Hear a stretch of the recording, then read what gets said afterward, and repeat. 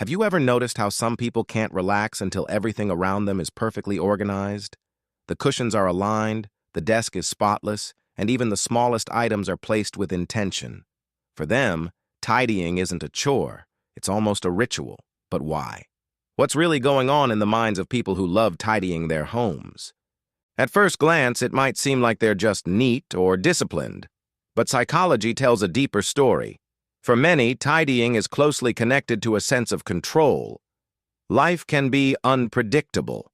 Work stress, relationships, unexpected problems, but when someone organizes their space, they're creating order in a world that often feels chaotic.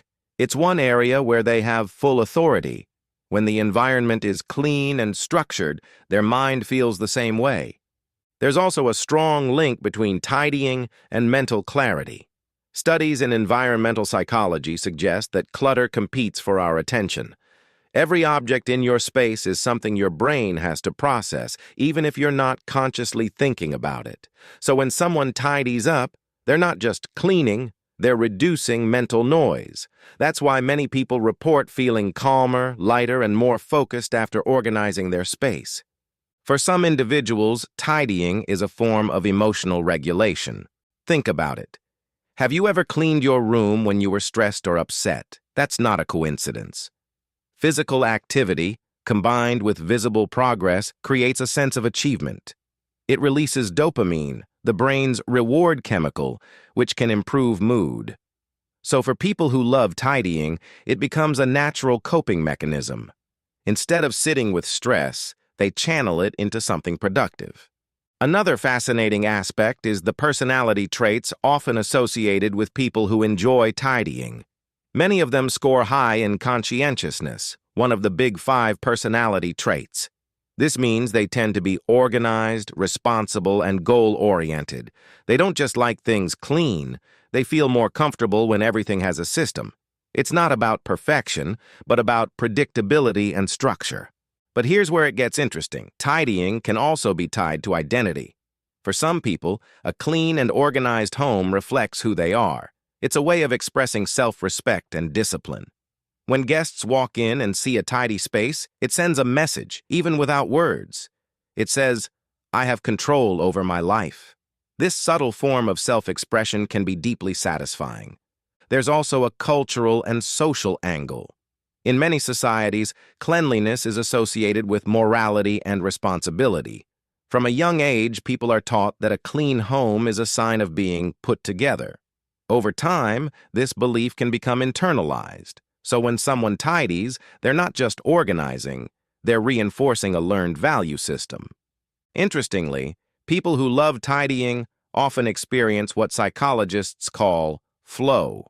This is a mental state where you're fully immersed in an activity, losing track of time. The repetitive actions, folding clothes, arranging items, wiping surfaces, can be almost meditative. It's similar to how some people feel when they paint, cook, or exercise. The mind becomes focused, distractions fade away, and there's a quiet sense of satisfaction. However, it's important to understand that not all tidying behaviors are the same.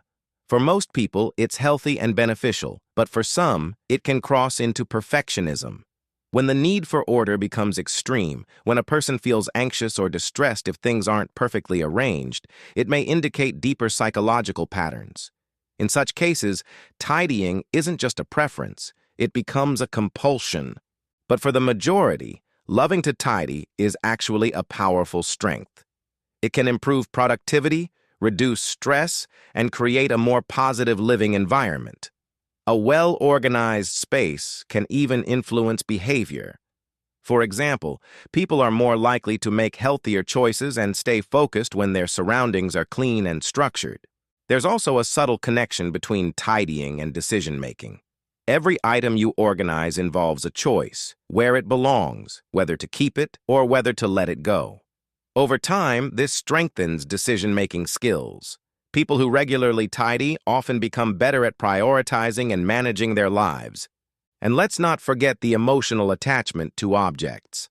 People who love tidying are often skilled at balancing attachment and detachment. They know when to keep something meaningful and when to let go of what no longer serves them. This ability can extend beyond physical objects into relationships and life choices. Another overlooked benefit is the sense of routine.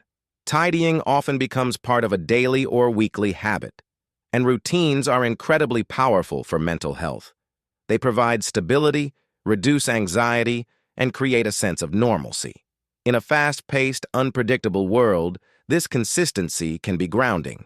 What's truly fascinating is how a simple act like tidying can influence so many areas of life: mental health, productivity, identity, and even emotional resilience. It's not just about having a clean home.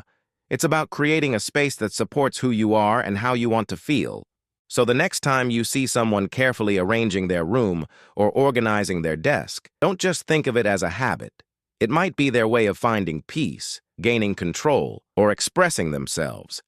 And if you're someone who loves tidying, understand that it's more than just a preference.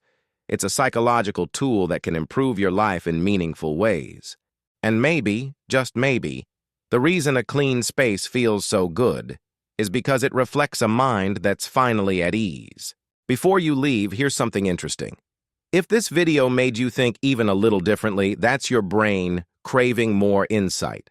So go ahead. Hit that like button and subscribe, because this channel is all about understanding the hidden psychology behind human behavior. Drop a comment below and tell me what you think, or suggest a topic. Your curiosity might shape the next video. And share this with someone who loves understanding people, or maybe someone who needs to understand themselves a little better. Now click on the next video on your screen. Your mind will thank you for it.